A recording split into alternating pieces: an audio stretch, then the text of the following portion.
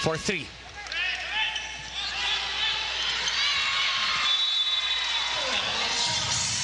Smart play by Jel Cayuna. Yeah, take a look at that again. Ang ganda ng push na yon sa corner pocket ng PLDT.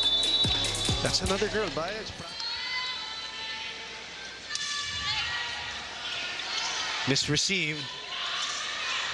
Chance to counter. Cayuna will turn into attacker. And she will get a point. Good start by Signal here, 7-3. They make a little bit of adjustment in their starting lineup. Sometimes they start with, diba, Tin Tiamzon. Their last game, Yes. Tiamzon was their starter. Correct. And si Lalong Isip. Oh, what a find. What an angle by the former high-speed hitter. But that was actually a good set So in the good. open. That's why we said the skill set of both these setters so high. An open area. Nobody home. Danny Gandler. Jessie De Leon is in the match for the first time. Good dig there by Prado. High ball for Savvy, who goes long. Baron mistimed it. Well, actually, it was Kat. She wanted to get to it, but sabi niya kay Erica, walang block. Short serve. That's another one that's gonna go long. 3 straight points by the high-speed hitters. Yeah. Our first referee. Oh, what a great second ball put away by Jel Cayuna. 1-2 play. I think PLDT forgot she's in the front row. Hindi nila expect yung drop ball na yun. Ang ganda. What do you guys have to say about that, All right. Panang? All right. Now, Franny, that's the challenge, actually. And look at that, the speed of that set and swing. Space doon sa cross court, and that's her favorite, yung sharp cross court. Savvy with a dig. The save by Malaluan. Kat knew it was going, that Jel was gonna go for it. Yung But 1-2 play na yun. maganda rin lagi yung pwesto ng mga kamay ni. So 7-1 run since our technical timeout. Aliyah. Dug by Rose.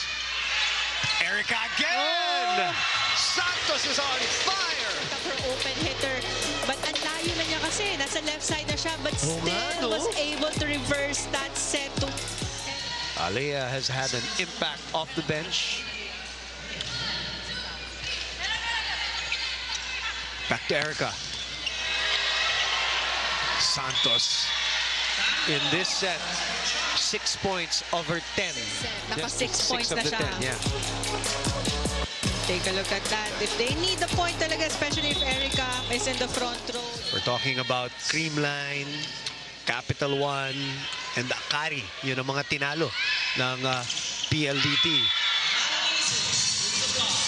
Along Isip getting that one. They're down by 2 points still. Only 2. Danny Gandler with some heat on that swing. Maganda yung basa ni Erica Santos in the defense. Naset pa. Jel to Vanny. Bit too close, but still works. In the previous play, 11 serving 14. Oh! Pati ba naman yun? Jel Cayuna, by the way, today. Lahat yung galing sa 1-2 play, but also meron din siyang service ace if I'm not mistaken. She has one. PLDT. Strong hit. Talagang hindi na niya... 23 serving 24. Safe serve. Ishi. Dug by Baron. Oh, miscommunication there. So another chance for Signal. Oh! And Good it is save. Jel Cayuna. But there will be a challenge here. Surprised that our player of the game is the playmaker herself, Jel Cayuna, with 18 excellent sets and 9 points. First of all, congratulations, Jel.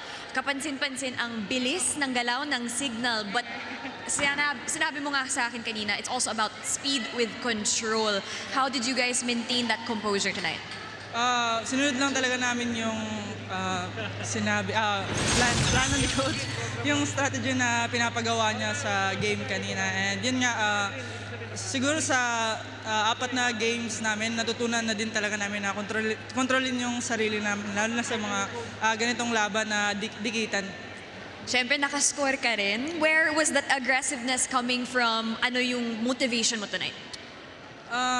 Wala namang motivation. Pero, sanay na, parang, yun na, tulad ng sabi ko na sa abot ng aking makakaya, yung kaya kong i-contribute sa team, gagawin ko. And yun na, nabigay ko ngayon. So, syempre, pasalamat din ako sa mga teammates ko na nagawa ko yun dahil din sa support nila.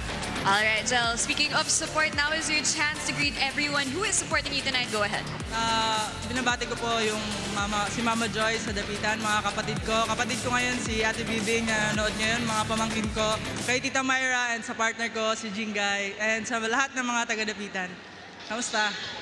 Thank you so much, Jel. Once again, your player of the game. And Boom and Penang, let's close this one out.